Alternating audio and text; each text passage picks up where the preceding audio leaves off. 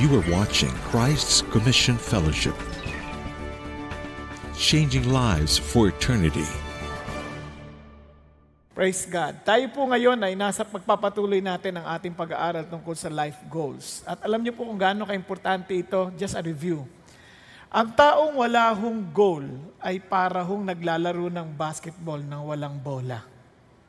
Isipin niyo ang pangit ho ng ganong laro. You cannot even know whether you're scoring or not. Tama po. And ang ibig sabihin niyan, at the end of the day, parang walang nangyayari sa buhay mo. Kaya ho, yung taong walang goal, kawawa ho yun. Kaya tayo po bilang mga mananampalataya, God gave us a life with goals. Not only a goal, but goals.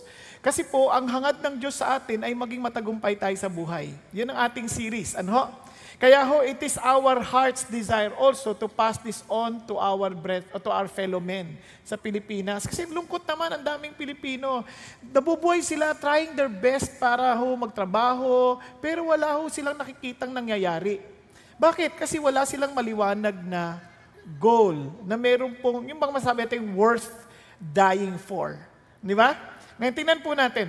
Last week po, kung naalala po ninyo, sabi natin, we all want to be successful. Obviously, without a goal, you can never be successful.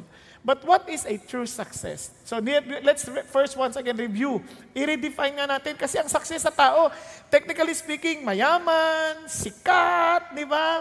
Merong magandang pamilya, yun ang ating hangad. And hindi ho yun masama, hindi ho yun masama. Pero ang problema lang, yung ganong pananaw ay corrupted na, kaya hindi na naintindihan ng tao. And since God created us in His image, He wanted us back to be like Jesus, the very image of God. Ano sabi ng Bible? Becoming all that God wants you to be. Kaya nga po, without Jesus, you can never be successful.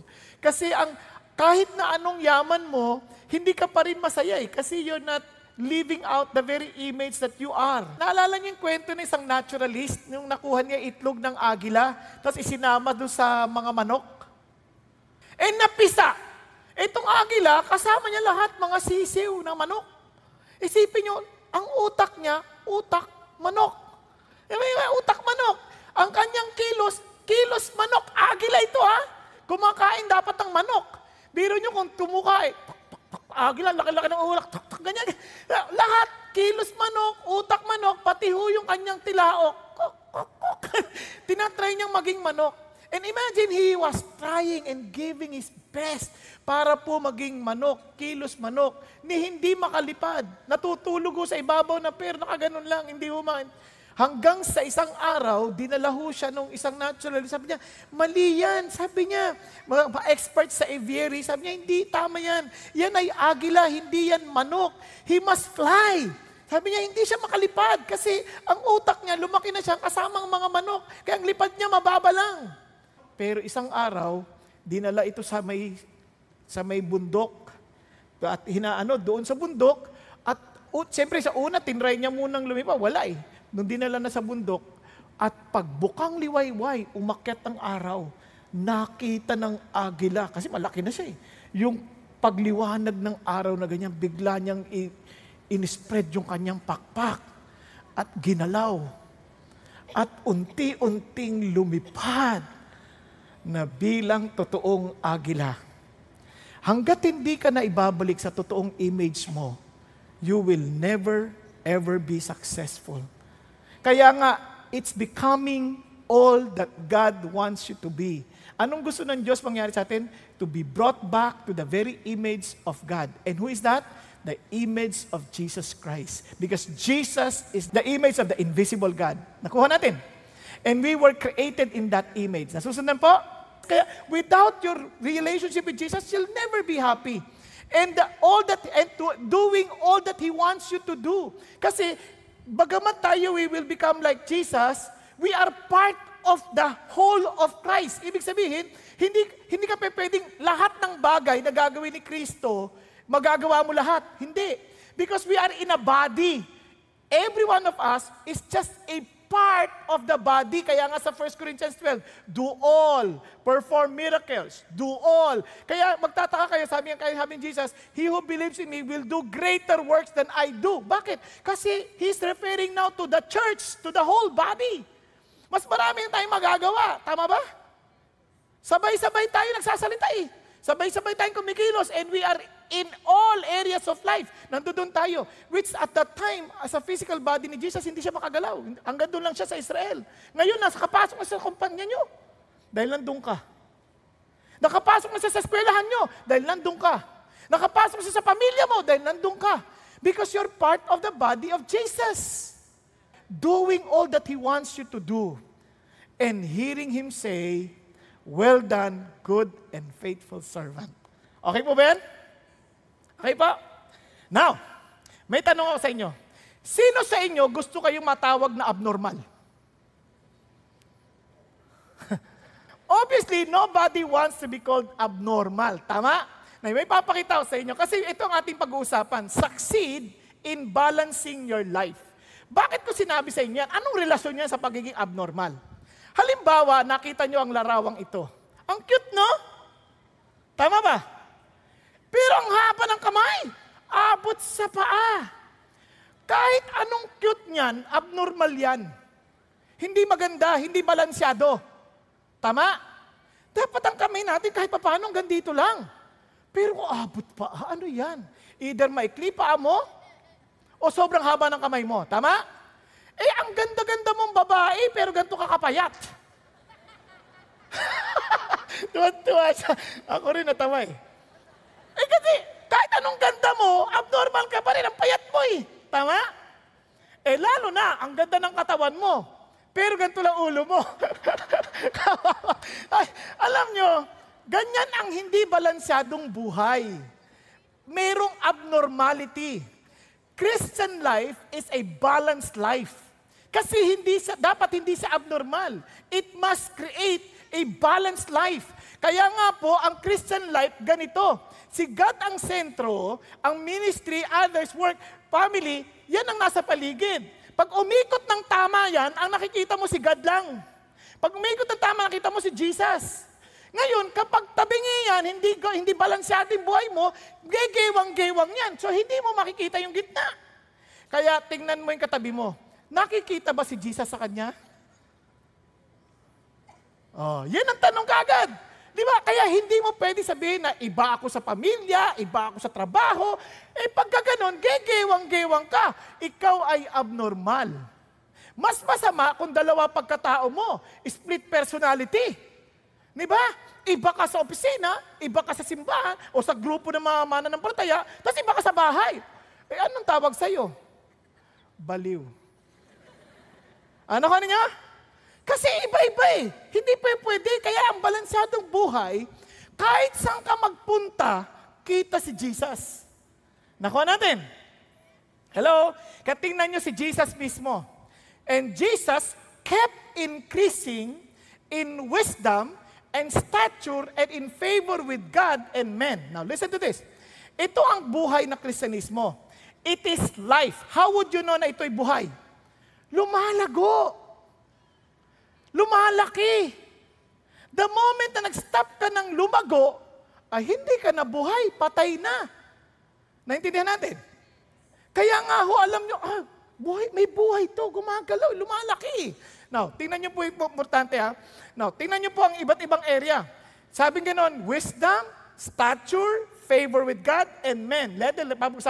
Kaya unang-una, it-kept increasing. Ito ay palago ng palago.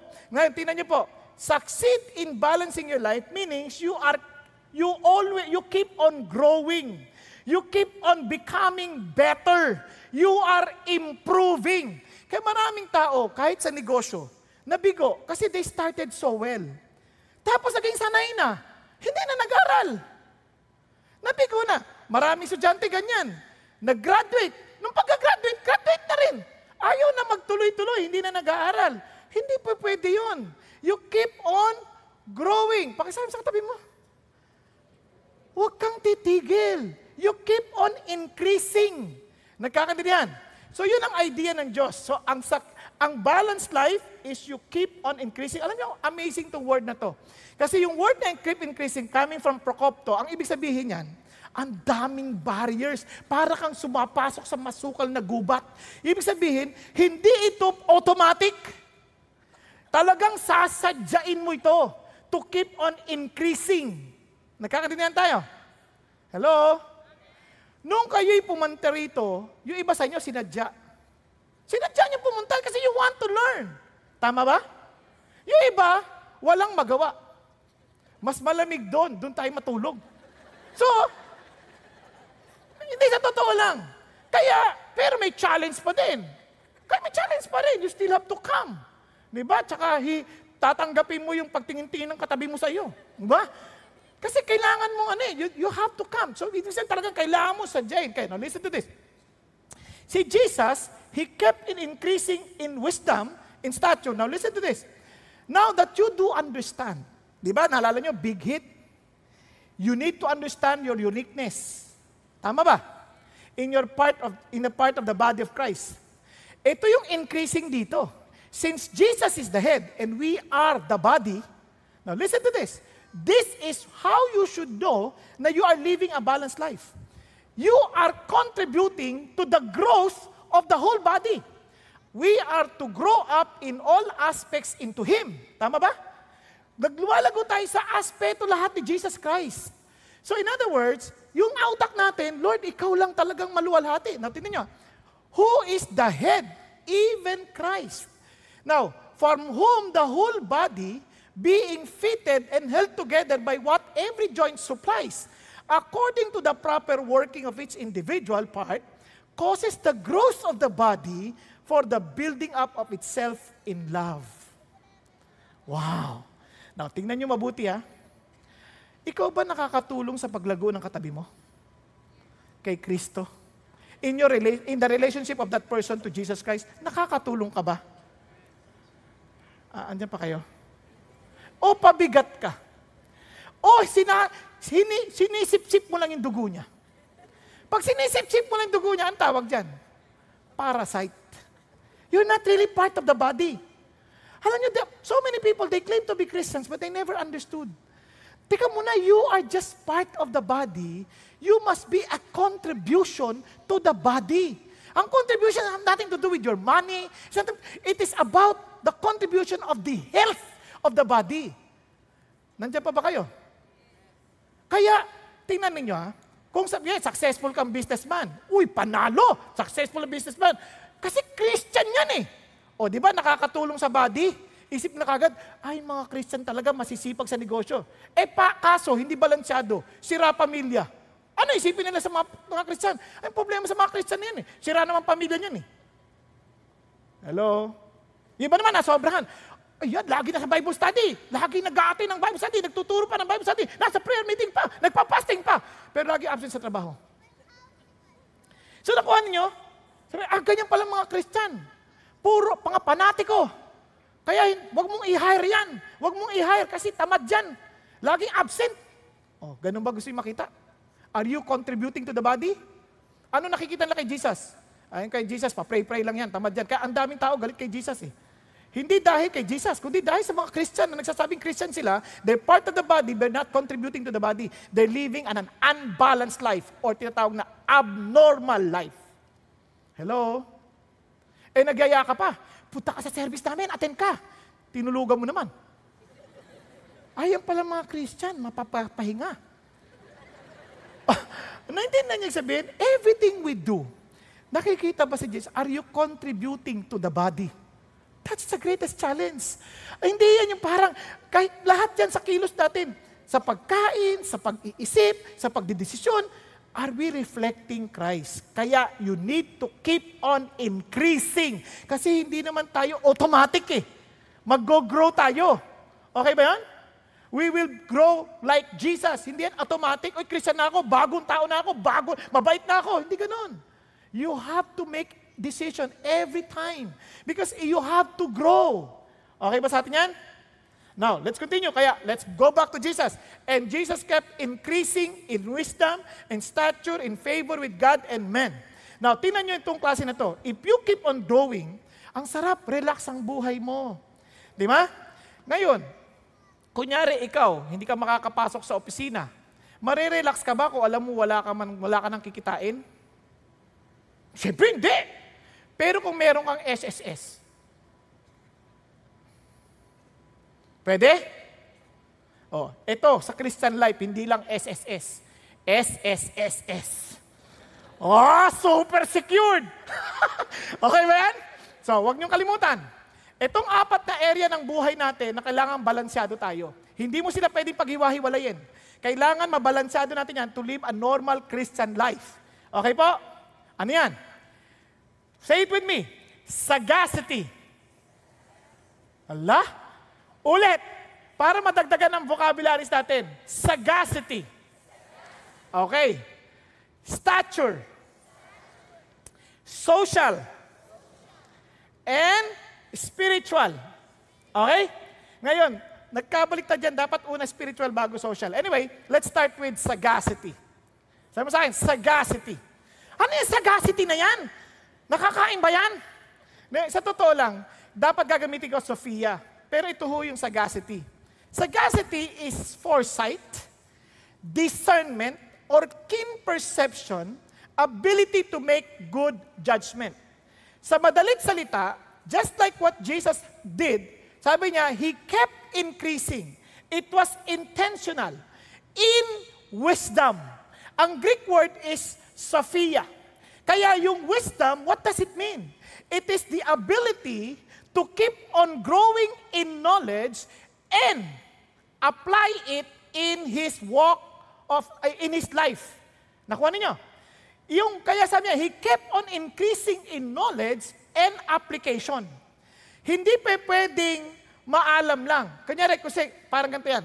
Maraming tao maalam. Ibig sabihin, knowledgeable. Tama? Pero hindi pinapractice. Ang tawag dyan, mayabang. Because knowledge puffs up. Okay po? Nakakadinan tayo.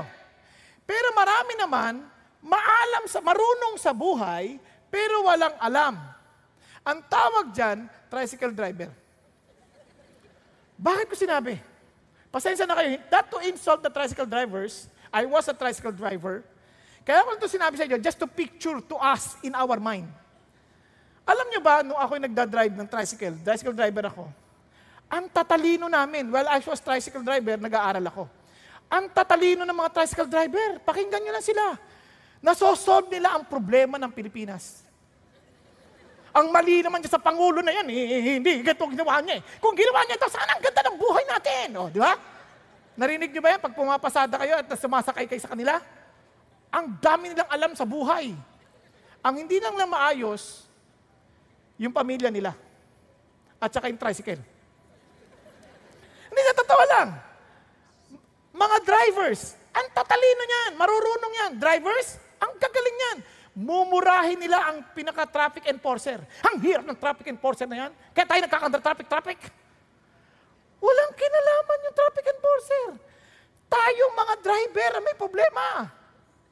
Hello? Kaya ang problema dito sa wisdom, dami nating alam, talino tayo. Minsan nga sa sobrang alam nating palusutin ang mga alam. Nakuha natin. Kaya ito yung challenge ng Diyos. Yung wisdom ay hindi ka lang maging marunong. Kasi ito importante. Kailangan maging maalam ka at matalino. Kaya ang word na wisdom is matalino. Hindi lang marunong, kundi matalino. O, sabi mo sa katabi mo, ikaw ay matalino. Dahil inaalam mo at isinasagawa mo. And you keep on increasing. Okay? Yan ang matalinong tao. Pero pag tumigil ka na, hindi ka na matalino. Nagkakadinan tayo. Marunong ka lang. Now, let's discuss this. My people are destroyed for lack of knowledge.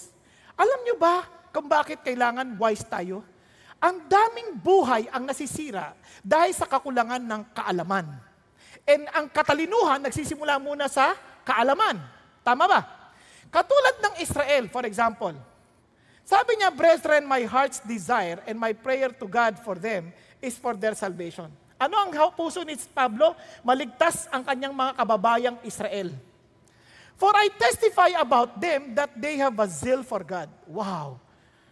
Hindi siya kapareho ng marami sa atin. Ito, mga nag-aapoy sa Diyos. Hindi lang nila alam ang batas, alam nilang isagawa ito, and they're willing to die for it. Kaya ang tawag sa kanila, zealous for God. Para siyang si Pablo. Sabi ni Pablo, as to the law, I am blameless. And he was willing to kill those who want to follow Jesus. Nagkakaintindihan tayo. They are, sabi ganon, they are what? Zealous. So ito ay marunong. Okay, nagkakaintindihan tayo. Committed. Ang problema, sabi ni Pablo, but not in accordance with knowledge. Hindi ayon sa tamang kaalaman. Kasabi niya, for not knowing about God's righteousness and seeking to establish their own, they did not subject themselves to the righteousness of God. Anong ginawa nila? They wanted to be right before God by their own terms, with their own terms. Nakuha niyo? Gusto nila, ayos sila sa Diyos sa paraan nila, hindi sa paraan ng Diyos. Marami tayong ganyan. Akala natin, pag gumawa tayo ng paraan natin, tanggap tayo. Parang ganito yan. Attend ako sa CCF, lagi akong a-attend para sa langit ako mapunta at maging Christian ako. Alam nyo, kahit palagi kang nandito, hindi ikaw, hanggat hindi si Jesus, yung iyong katuwiran, hindi ka magiging Christian. Para kang kotse, kahit ikaw, pumunta ka sa garahe, doon ka na matulog, doon ka na tumira sa garahe, hindi ka magiging kotse. Tama? Pumasok ka sa kusina ng McDonald's, doon ka na tumatulog, doon ka na matira, hindi ka magiging hamburger. Nakuha ninyo? O gusto mo, magkuha ka ng oxygen, pupunta ka sa dagat, hindi ka magiging isda. There must be a miracle that will happen for you to be transformed. Yun ang sinasabi niya. You cannot establish your own. Anong paraan? Sabi niya, there is the righteousness of God. Ano yung righteousness of God? For Christ is the end of the law, for righteousness to everyone who believes. Yun ang sinasabi ni Jesus. This is the real wisdom, the real knowledge. Hindi yung paraan mo, kundi yung paraan ng Diyos. At ang paraan ng Diyos, si Jesus lang. Nakakaintindihan? Kaya hindi ang pagsapi sa CCF that will make you Christian. It is believing Jesus is your righteousness before God. Lord, kayo lang namatay sa krus, kayo lang ang katwiran ko. Nakakaintindihan tayo. Andiyan pa kayo? Kaya ulitin ko, huwag kayong maging religyoso. Magkatotoo kayong magkaroon ng totoong ugnayan kay Jesus. That Jesus is your Lord. Yun lang. Kasi, sabi niya, therefore, if anyone is in Christ, he is what? A new creation. O, yun lang magpapabago sa'yo. Kaya unless a man is born again, maliban na may panganak siya muli para maging bago ka ulit, maging totoo ka ulit, na isilang sa pamilya ng Diyos, you can never see the kingdom of heaven. Nagkakaintindihan? Kaya kahit anong bounty mo, in terms of marunong, nagpapakabait ka, lahat, wala yan. Kung hindi si Jesus ang sentro ng kabaitan mo. Alam niyo ba isang sakit natin, bukod sa ganung bagay, we will always be living an imbalanced life. Pagod tayo sa isang area kasi hindi natin kilala kung sino tayo. We are trying to live a life that we are not. Gaya-gaya tayo. Gagayahin natin ibang tao na hindi naman tayo. Kaya nga tinanong niyo si Jesus kung bakit He was increasing in knowledge or in wisdom. Unang-una, tingnan niyo lahat ng talata na to. I am the one. I am He, the one. Sabi niya, I am the bread of life. Sabi niya, He said, I am the bread that comes. Paulit-ulit, I am the living bread. Puro I am. Sabi niya, I am the light of the world. And you are, I am from above. Ano pansin niyo kay Jesus? Puro I am eh. And that I am. Ang pagpapakilala niya, ang linaw sa kanyang puso, kilala niya kung sino siya. Ikaw, kilala mo ba kung sino ka? Minsan gaya-gaya lang tayo sa ibang tao eh. Hindi na nakalimutan natin kung sino tayo. Kaya hanggat hindi natin alam kung sino tayo, maniwala kayo sa akin, you'll never live a balanced life. Maraming tao sabi na, ako, tagasunod ako ni Kristo, I'm a Christian. Our country calls ourselves to be the only Christian country in the Far East. But look at us as a nation. Christian ba talaga tayo? Tayo nga pagdating dito we act. Pagdating sa parking pa lang, ang gulo. Parang hindi tayo mga Christian. Hindi kayo. Yung nasa parking. Yung mga sasakyan, hindi Christian yan. Naintindihan niyo yung sabihin? When we talk At when we talk against other people, parang, wow, talaga bang naintindihan natin ang Christianity? Yan. Minsan di natin kilala kung sino tayo eh. Listen to this Kung Christian ka, ibig sabihin, you are a committed follower of Jesus. Tama? Tama ba? Sumusunod ka kay Jesus.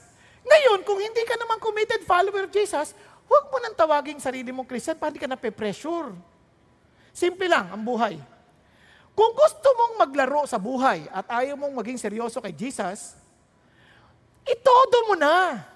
Para pag pumunta ka sa impyerno, sulit. Diba? Hindi yung parang, dito Christian ka, doon hindi. Tapos impyerno ka rin. Lugi ka. Sa totoo lang, sinasabi ko na sa'yo.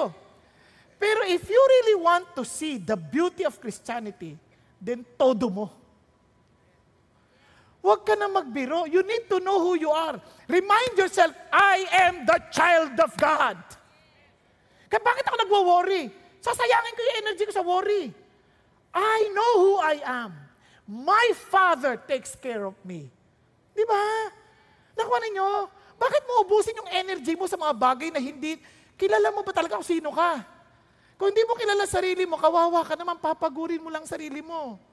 Kaikot ka ng ikot. Papasaba ako sa exam nito, papasaba ako sa exam nito, papasaba ako. Sabi ng Lord, kilala mo kung sino ka? Hindi ko na nga alam eh. Di ba? Kung anak ka ng Diyos, mag-aaral ka mabuti. Kung bumagsak ako, anak ka pa rin ng Diyos, hindi mo kailangan mag-alala. Your future is in my hand. Not in the result of your exam. Nakuha natin?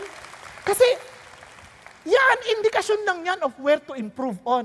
But it does not define who you are. Pag nadapa ka, nagkasala ka, bangon ka ulit. Bakit? Hindi, anak ako ng Diyos, hindi ako pwedeng manatiling dapa. Because the righteous man falls 7 times and he rises up 7 times. Hindi pa pwedeng manatili akong dapa. Kung dapa ako, dapang isda ako. Hindi na ako babangon. Remember who you are. You are the child of God. Katanong sa sarili mo, why am I doing what I'm doing? Is it because I know who I am? I belong to Jesus. Hello? Pakisabi mo sa natutulog mong katabi. Do you really belong to Jesus? Then huwag kang pumayag na pinatutulog ka ng kung sino-sino. Bumangon ka, buksan mong yung mga mata. Nagkakaininan tayo? Remember who you are. Pag yung iinit ang ulo mo sa opisina, hindi. I belong to Jesus. Kahit napakasama ng mga tao na to, Lord, I belong to you. Kailangan kayong makita, itong mga taon to, alam ko may araw din sila sa inyo. Diba? Relax ka lang. Huwag ka na makipagpatulan dyan. Minsan, huwag mo ibaba yung sarili mo. Kaya tinan nyo paano ka magkakaroon ng wisdom? Paano? The beginning of wisdom is acquire wisdom. I-acquire mo talaga. Paano? How much better it is to get wisdom than gold and to get understandings to be chosen above silver. Ano sabi niya? Kung paano ka naghahanap ng pera para sa pangailangan mo, ganunin mo ring hanapin ang wisdom. Halimbawa, pag umattend kayo ng service, bibigyan ko 1 milyon. Bumabagyo. Nasa bahay ka pa, tapos nagbabaha. Pupunta ka pa rin? Ha? Bakit? 1 milyon yun, no? Tingnan ninyo. Sabi ng Lord, wisdom is much better than gold. Di ba? Bakit pag bumabagyo, wala kayo rito? Tingnan nyo kalokohan natin. Di ba? Puro tayo maalam pero walang talino. Di ba? Parang kunyari, life goals. Nag-share na ba kayo ng life goals? Sinuruan nyo na? Nung una, life goals, yes! Ginawa nyo na ba? Pinasa nyo na? Maalam ka rin Hindi ka matalino Di ba? Anong tawag sa di matalino? Ha? Uy, grabe naman yun, Bobo daw? Hindi naman. Mangmang. Gusto mo bang maging mangmang? Obviously, ayaw mo. Tama? Sabi sa katabi mo, be wise. Ayan, tuloy tayo. Bakit? Sabi niya, the fear of the Lord is the beginning of knowledge. And tingnan nyo, hindi pwedeng hiwala yung knowledge sa wisdom. Fools despise wisdom and instruction. Kung talagang matalino ka, itong unang palatandaan yan, may takot ka sa Diyos. Kasi ang taong maalam sa mga science, sa agham, pero walang takot sa Diyos, hindi yan matalino. Hindi niya naintindihan ang buhay. Gusto niyo malaman? Tingnan niyo sabi ng Bible. Pakinggan niyo ha.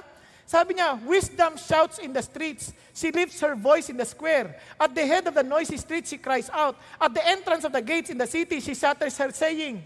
Kung talagang matalino ka, look at the people in the street. They never feared God. Look at them. Look at their lives. They have laughters outside, but they're crying inside. Kung nakikinig ka sa sigaw ng mga tao sa kalye, they are tired. They do not even know where they're going. They're just trying to survive. Naririnig mo ba?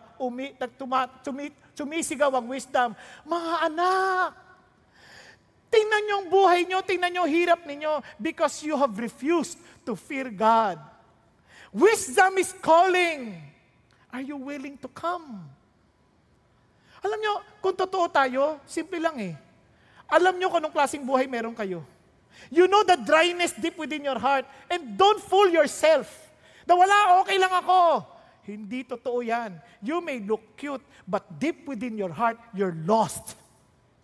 But the wisdom is telling you, anak, huwag kang gumayad sa mga tao sa kalye.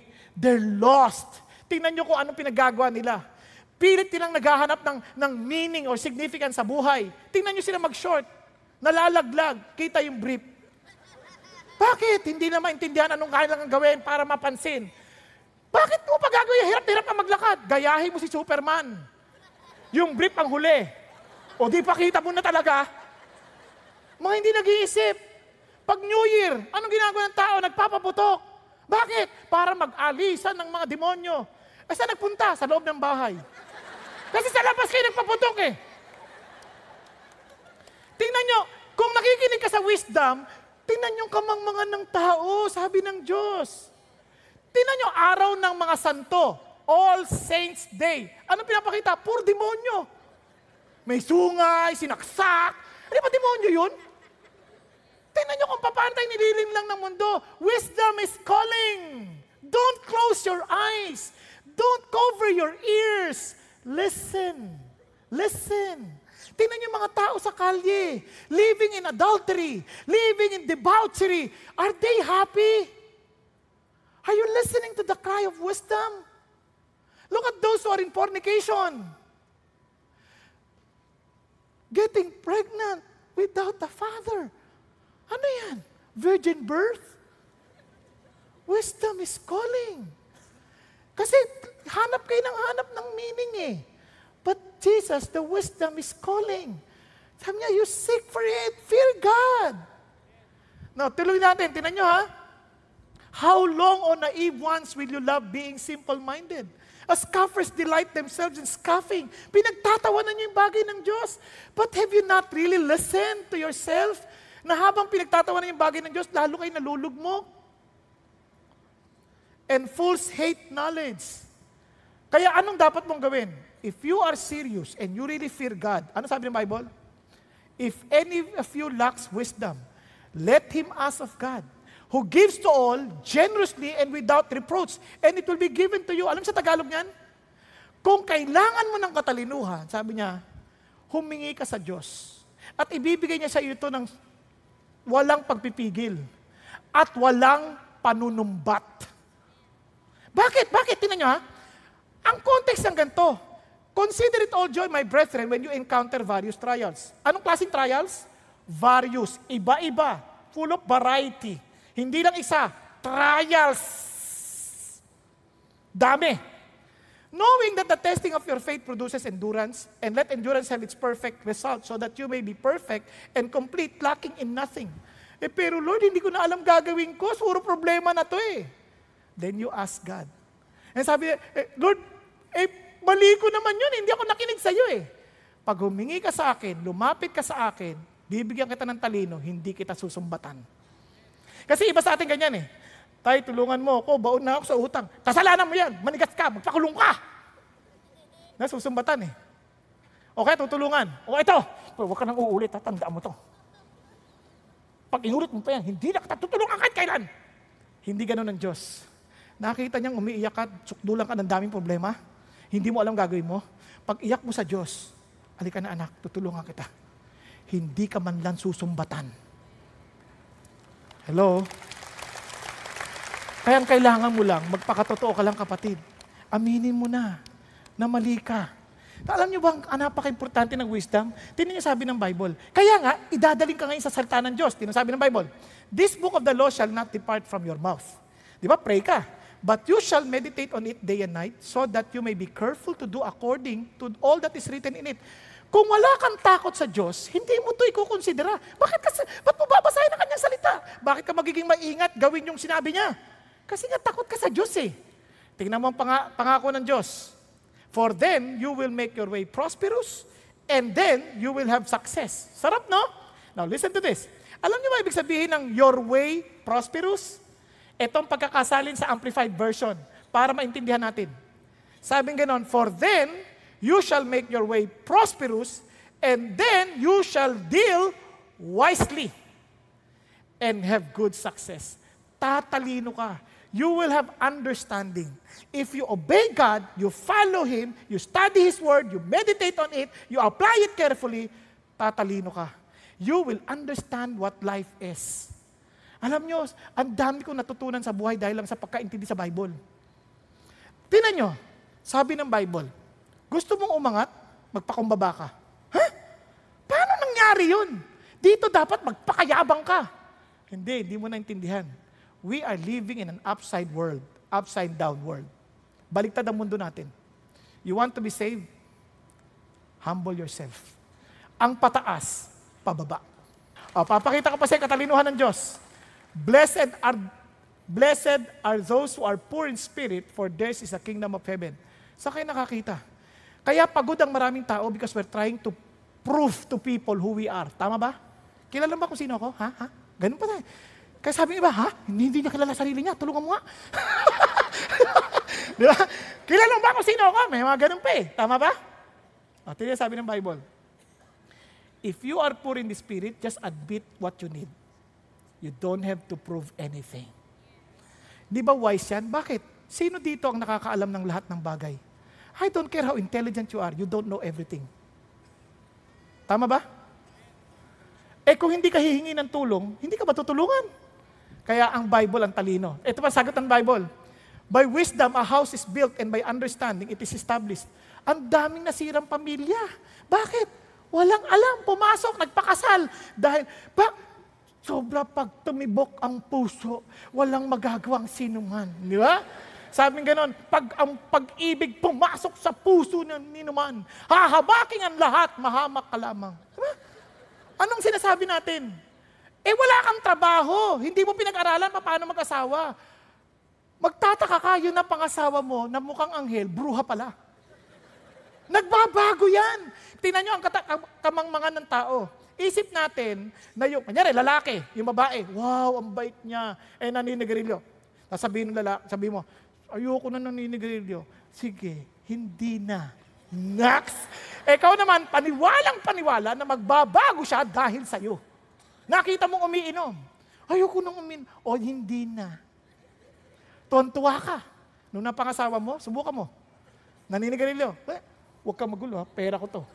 Sunugin ko mukha mo eh. Bakit ganon? Dati magbabago siya para sa akin. O ito naman lalaki, akala niya itong babae, hindi magbabago. Hello? Wow, sexy. Panalo, napakahinhin pag kumakain. Pag napangasawa mo, nakataas ang paa niyan. Kakain. Tanggal ang pustiso. Sayang to, sayang. Inagkakain lahat. Tapos yung katawang ganyan. Nagbago. Ngayon, hindi mo alam. Sa Lord, sasabihin niya, huwag kang titingin sa panlabas. Charm is deceitful. Tingnan mo yung pagkatao ng babae. Kaya marami tayo hindi nag-aasawa kasi tinitingnan nyo kagad yung magandang mukha eh. Huwag yung mukha ang tingnan ninyo. Yung karakter. Pero pag sinabi kong puso, baka sabi mo, patingin ng puso mo, walang ganunan. Bastos yun, di ba? Kailangan tingnan mo how he responds. Ganon din sa lalaki. Tama? Nagkakaintindihan tayo? Kaya tingnan nyo, sa Bible, therefore be careful how you walk, not as unwise. Christians are expected to be wise. Men, as wise, making the most of your time because the days are evil. So paano? Sorry wala rito. Know the will of God. Ang sunod, be filled with the Holy Spirit. Then it teaches you the different roles. Wives, itong role mo. Husband, itong role mo. Di ba? Kasi dahil dyan, kaya when there is no guidance, the people fall. But in abundance of counselors, there is victory. You want to gain wisdom? Tandaan mo, hindi ka nag-iisa. You can ask counsel. But listen, counsel of the wise. Ibig sabihin, people who fear God. Now, let's go to stature. Ano yung stature? Talks about physical body. Yan sabi ng Bible. In stature, helikaya. Ibig sabihin, increasing in stature. Growing in the body. Bakit importante yan? Ulitin ko hindi mo pwedeng paghiwalayin yan, yung wisdom tsaka katawan. Kasi kahit maalam ka, alam mong gawin, pero ang katawan mo, wala nang kalakas-lakas. Basahin yung Ecclesiastes 12. Sabi gano'n, remember the Lord while you're still youth. Kailan? Pagkabungal ka na, magsasanta ka tungkol kay Jesus. Sabi gano'n, kailan? Love Jesus. Wala na. Hindi ko iniinsulto yung mga walang ipin Baka ma-misinterpret ninyo. God is just telling us that our physical body affects the way we behave. Kaya marami sa atin mainitin ang ulo. Bakit? Masama ang may nangyayari sa katawan na hindi mabuti. Hindi ko ina-excuse yung mainitin ang ulo, but I'm saying sometimes it affects the way we behave. Tama? Kaya sabi ng Bible, listen to this. Ingatan niyo yung katawan na yan. Palaguin mo yung katawan na yan. Bantayan mo yan. Because your body is the temple of the Holy Spirit, who is in you, whom you have from God, and that you are not your own. For you have been bought with a price, therefore glorify God in your body. So anong purpose ng body? Pakigising mo katabi mo. Anong purpose ng body? For God's glory. Not for you. Kaya nga, offer your body as a living sacrifice. Tama ba? Yung katawan na yan, templo ng Holy Spirit yan. We're not talking about long life here. Long life is a bonus. But even if your life is short, ang mahalaga, have you used your body for God's glory? Kasi kaya ako nasabi yan, si Jesus 33 years lang namatay. But He used His body to save us. Nakuha ninyo? Kaya yung katawan, it's not just taking care of our body to make it beautiful. No, for God's glory. Alam nyo, every time nakikita ko sarili ko sa television ng taba, ang nahiya ako sa Lord Lord, nakakaya. Para akala wala akong disiplina. May sakit kasi ako, hypothyroid. Nakuha ninyo, konti kinakain, tumataba ako. Hindi madali. Ang hirap i-maintain. Pero ganun pa man, hindi pa pwedeng hindi. Kasi baka akala nyo, kinakain ko yung tights. Para maliwanag tayo. Di ba? Kaya sabi ko sa Lord, hindi pa pwede. Kaya ngayon, hindi ako makain ng kanin, hindi ako makain tinapay, hindi ako makain ng matatamis. Bakit? Kasi nga, iniisip ko, my body is for the Lord. I want to look good for the Lord. Nagkakaintindihan? I want to be healthy for the Lord. Not for the sake of being healthy. Iba nagpapa-exercise kayo, tapos titingin sa salamin. Kakatatlong buhat mo pala? Wala yan. Kahit maganda yung katawan mo, it's not for the Lord. Wala din. Tingnan niyo sabi ng Bible. Tingnan niyo do you not know that you are a temple of God and that the Spirit of God dwells in you? Grabe Kasi sabi niya, if any man destroys the temple of God, God will destroy him. For the temple of God is holy. That is what you are. Ano ka daw? Your body is holy. And that is what you are. Now, look at this. Paano ba dinidestroy yung temple? Sabi ng Lord, do you not know that your bodies are members of Christ? Ano nga ang katawan bro? Membro ng katawan ni Kristo. Tama? Shall I then take away the members of Christ and make them members of a prostitute? Isipin nyo, dinala mo sa Lexus yan. Yung katawan na yan. Kay Jesus yan. Sabi ni Jesus, hindi yan pan Lexus, hindi pan Pegasus, para kay Jesus. Nakuha ninyo? May it never be, sabi niya. Or do you not know that the one who joins himself to a prostitute is one body with her? For he says, the two shall become one flesh. Whoa! Ano sabi ng Lord? Wow, ayaw ng Lord yan. Tapos pangalawa, huwag mo abusuhin katawan mo. He wants you to rest. Sabi ng Bible, you have 6 days in which to do your work. But the 7th day is to be the day of rest dedicated to me. I want you to rest. Not only to sleep, but to rest with me. With the Lord. Yung katawan na yan, may araw ng pahinga yan. God does not need rest, but we do need rest. Huwag kayong magpapaniwalaan, hindi natin kailangan ng pahinga. Tingnan yung sabi ng Bible, Sabbath is a day of rest. Nagkakaintindihan tayo. It's not the day na Sabbath, kaya Sabado, hindi ganon. Sa 7th day, you are to rest. 6 days you do your work. 7th day you rest. Now listen, the Sabbath was made to benefit man. Hindi yan ang magdidikta sa'yo. It's for you. Nagkakaroon naman tayo. So what do? You rest your body. Kasi if you don't take time to rest your body will make time to rest itself. Then, if you feel guilty when you relax, medyo may problema ka na. Aside from that, when you rest your body, you also need to recharge your emotion. What things recharge you emotionally? You need quietness. Kailangan ng katawan yun. Kaya nga sabi nga nung may nagsabi, if you are always with human, you become inhuman. Oh, kailangan mo magpahinga. Then you need to refocus your spirit. Kailangan mo ng time to worship God. Yun ang importansya of resting. Okay po? Okay, tuloy tayo ha. Sabi niya, you have to decide how many hours realistically want to spend working each week and then need to stick to it. Kailangan magdesisyon ka na. Oh, ito, papaliwanag niyo. Kaya sabi ng Lord, listen to this.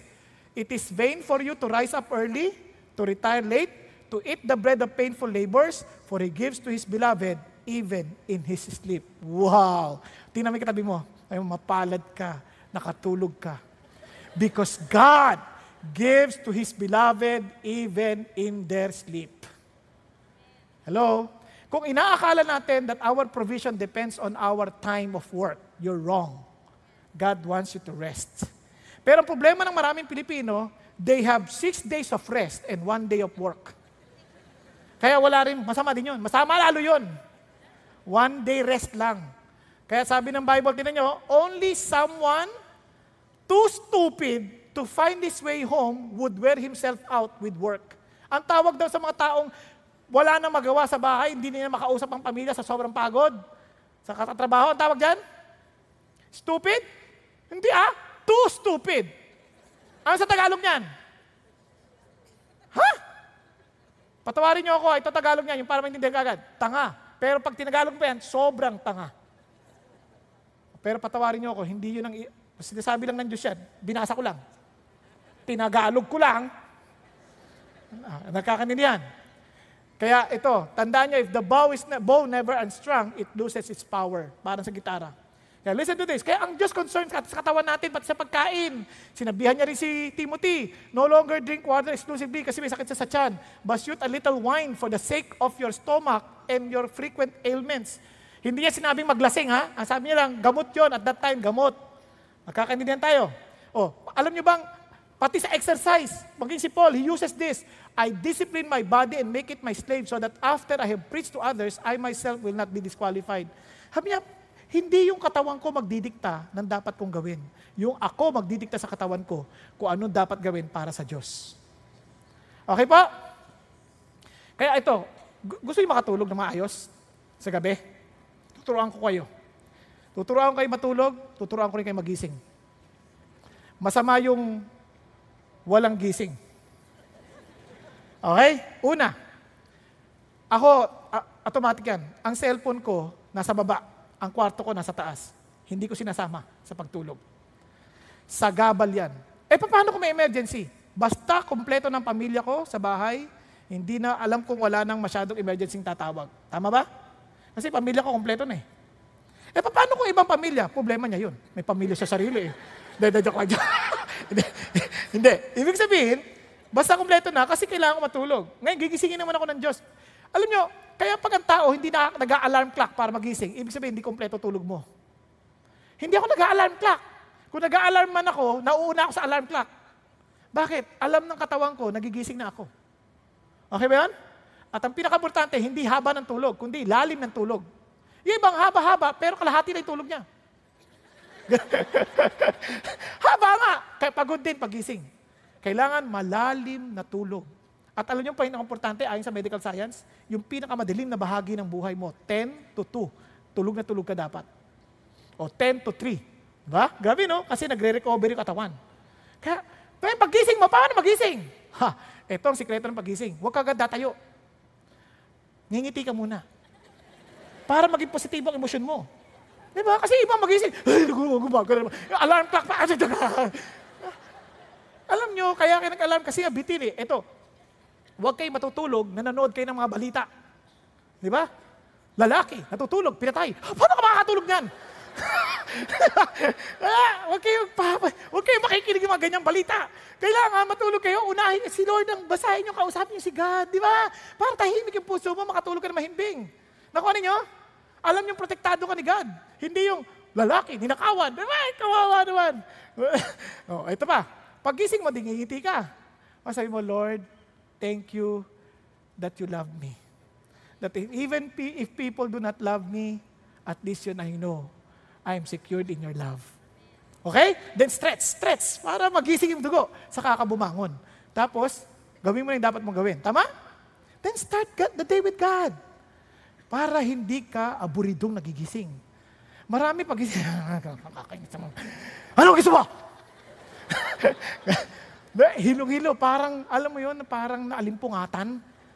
Kaya ingatan niyo yung pagkatabi niyo. Huwag niyo ba sa gigisingin. Baka naalimpungatan yan. Parang kala niyo sinapian. Tititig na ganyan tayo. Namumulay mata. Hindi lang malalim ang tulog niyan. Okay? Tuloy tayo.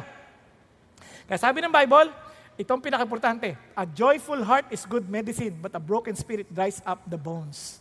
Ingatan niyo yung ating puso na huwag tayong nag-iisip ng kung ano-ano. Di ba? Kailangan lagi tayong masaya. Okay po?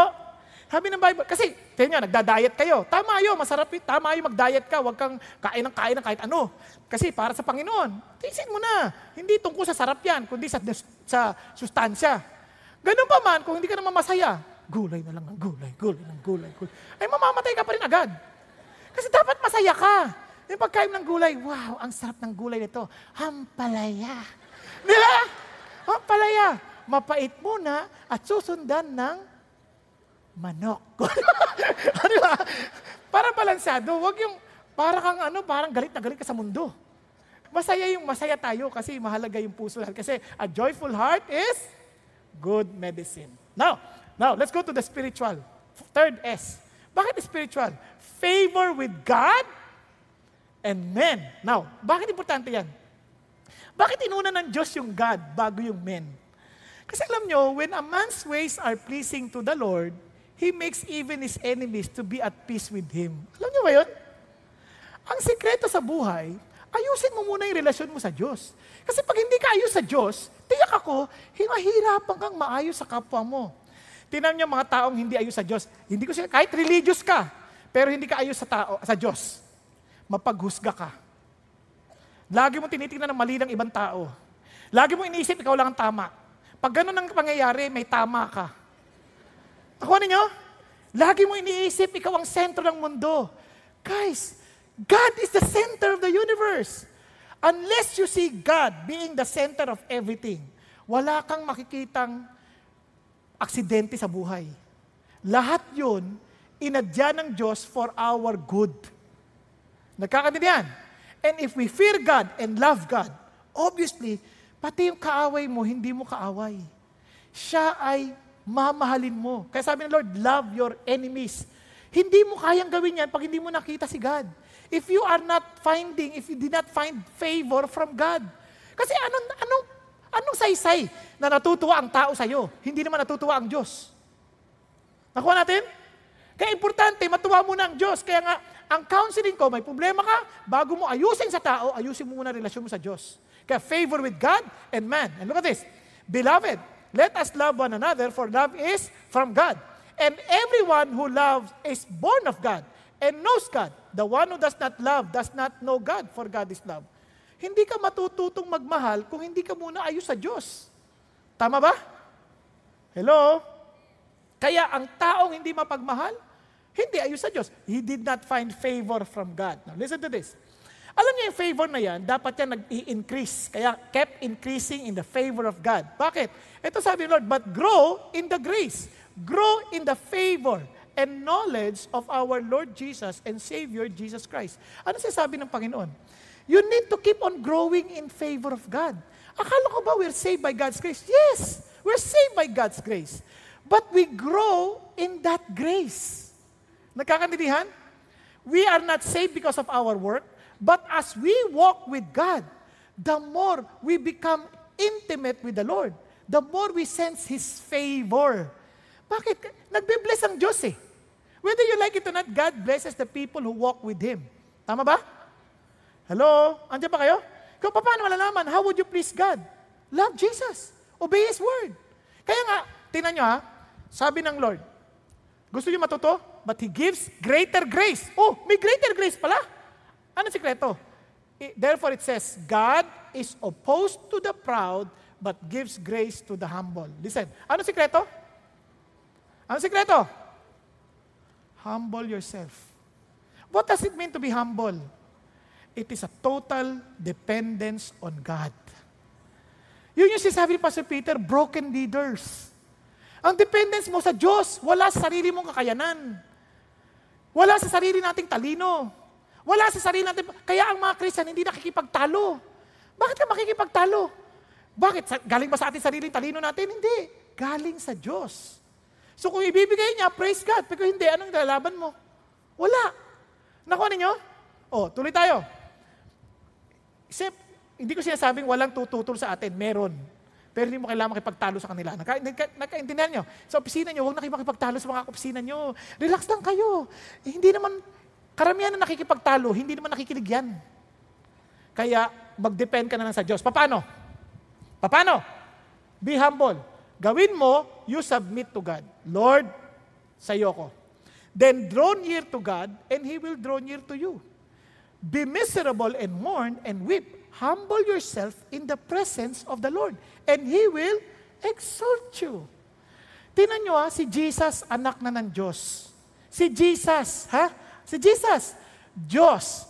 Tingnan nyo, in the early morning, while it was still dark, Jesus got up and left the house and went away to a secluded place and was praying there. Wow! Anong ginawa ni Jesus? Nag-pray pa din. Asa pa rin siya sa Diyos. Aga-aga. At palagi siya nagpe-pray. Minsan kahit ang daming tao, pray. Kasi bakit? Kasi alam niya, kailangan niyang maging dependent sa Diyos. In His human form, He needs to depend on God. Tayo minsan sa sobrang yabang natin, sinosolve natin yung problema natin on our own way. Hindi tayo lumalapit sa Diyos. Magpe-pray lang tayo pag emergency na. Si Jesus, ang matalik mong kaibigan. Si Jesus, ang paraan sa ating Ama kung kaya't nagmamalasakit sa atin.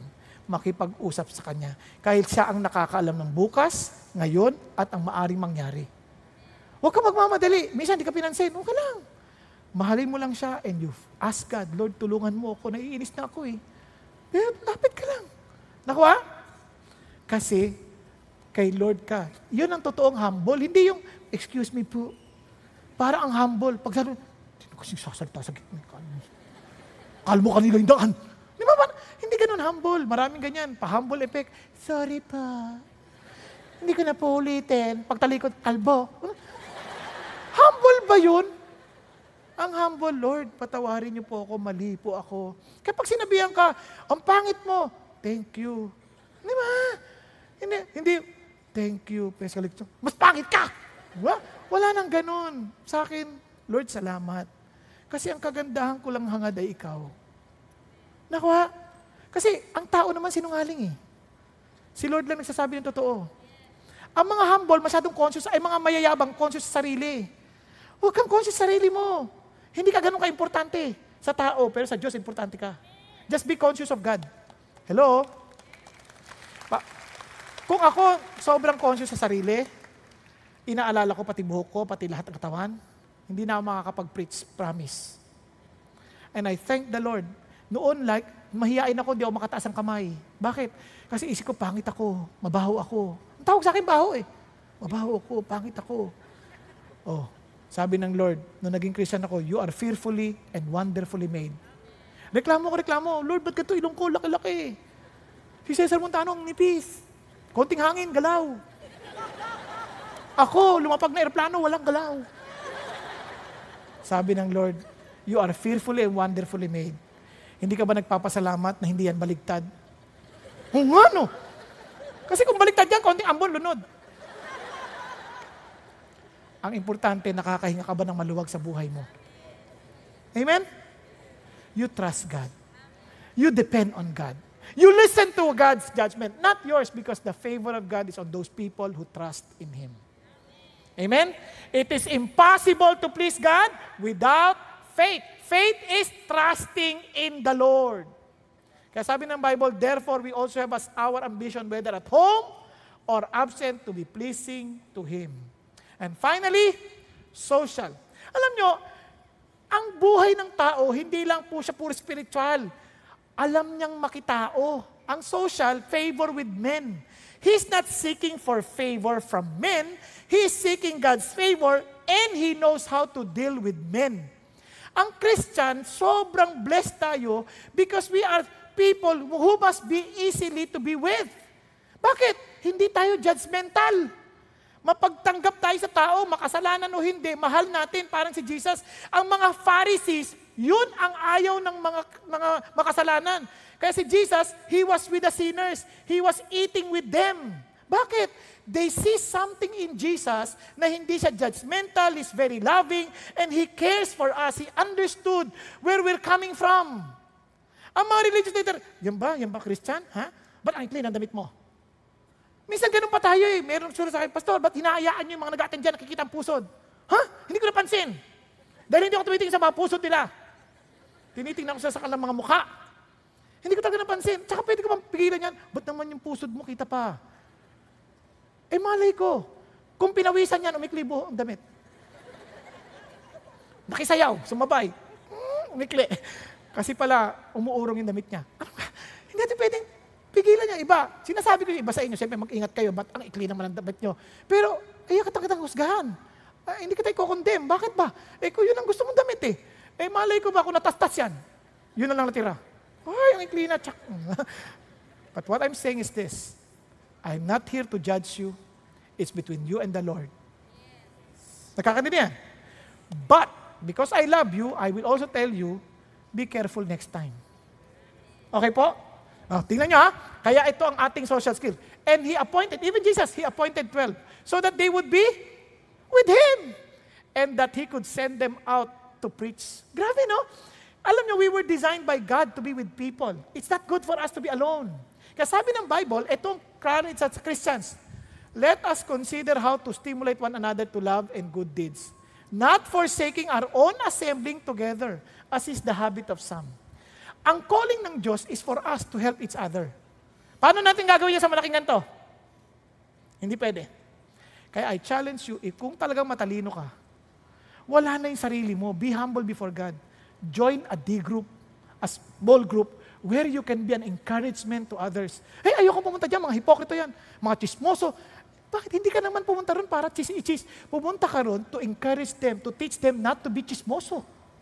Kasi sabi stimulate one another to love and good deeds. Tama ba? Kung chismoso sila, kailangan ka. Dahil ikaw magtuturo sa kanilang maging chismoso. Mga hipokrito sila, kailangan ka nila doon para hindi na sila maging hipokrito. At kung hipokrito ka rin, at least sama-sama na kayo. Di ba?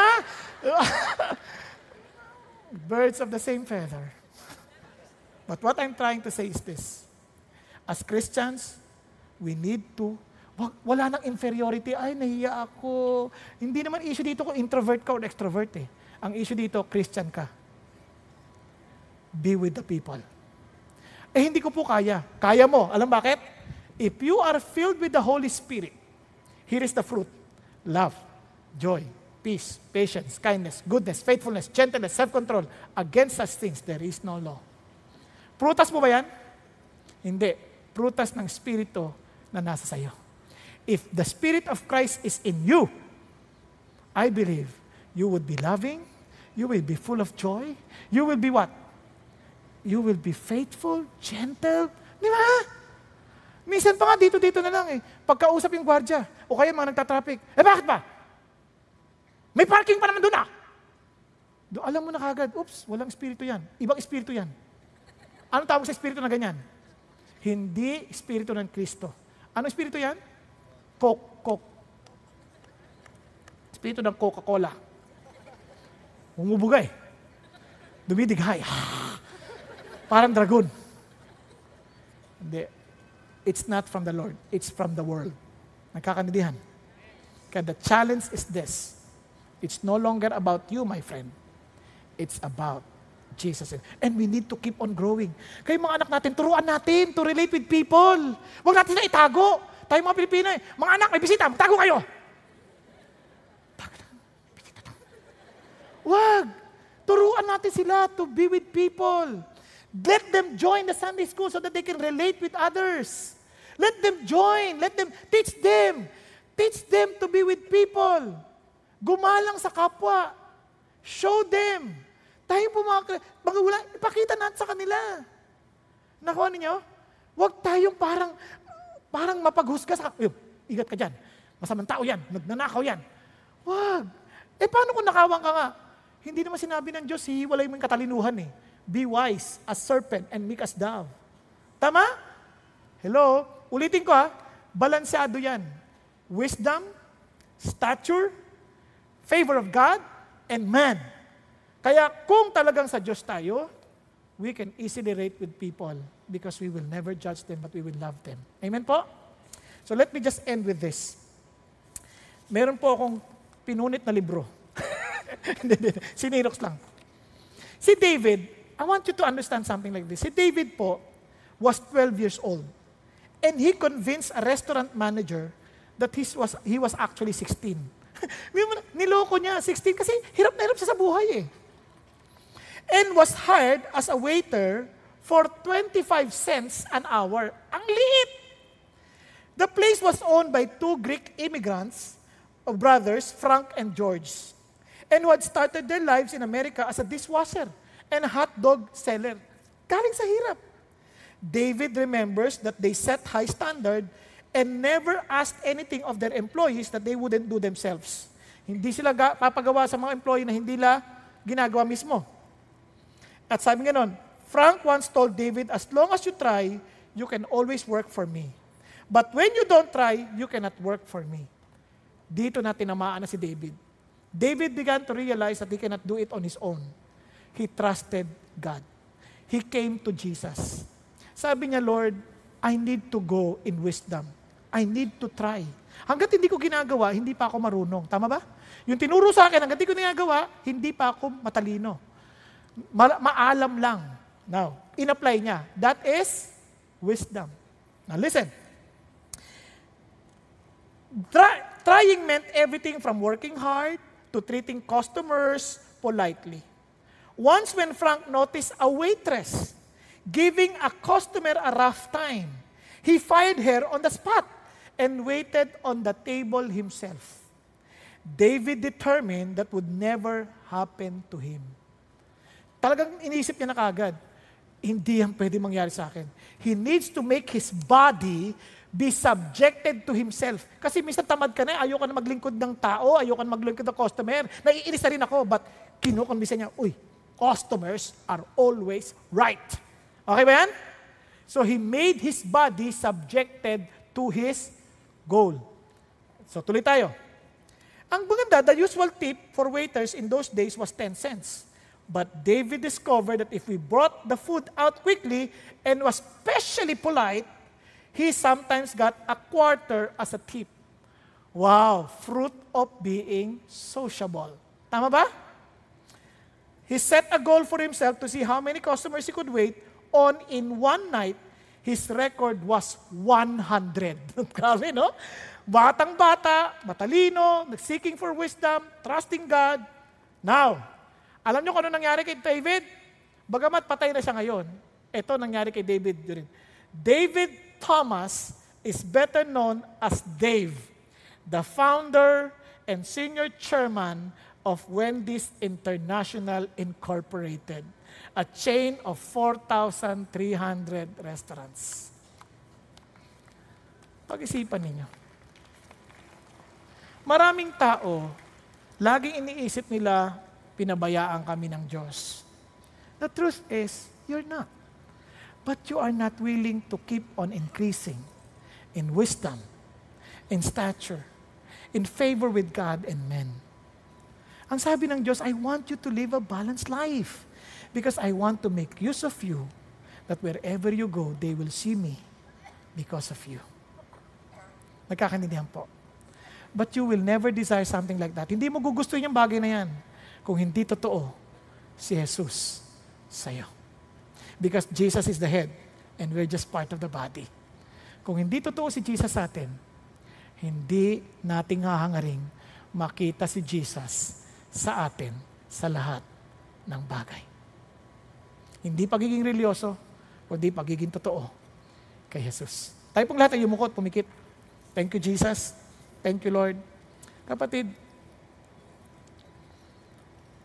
kung wala ang buhay ni Jesus bilang ulo ng iglesia sa iyo, you will never keep increasing in wisdom, in stature, in favor of God and of men.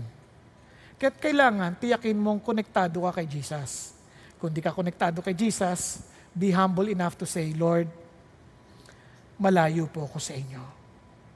Patawarin niyo ako sa aking mga kasalanan at sa kasalanang nabubuhay ako sa sarili kong lakas, sarili kong kakayanan, sarili kong paraan. Kaya't Panginoong Hesus, kinikilala ko na kayo ay kasangkapan ko lamang at ako ang totoong Diyos. Ngayon, nagpapakumbaba ako sa inyo. Kinikilala kong ako'y tao. Kailangan kita.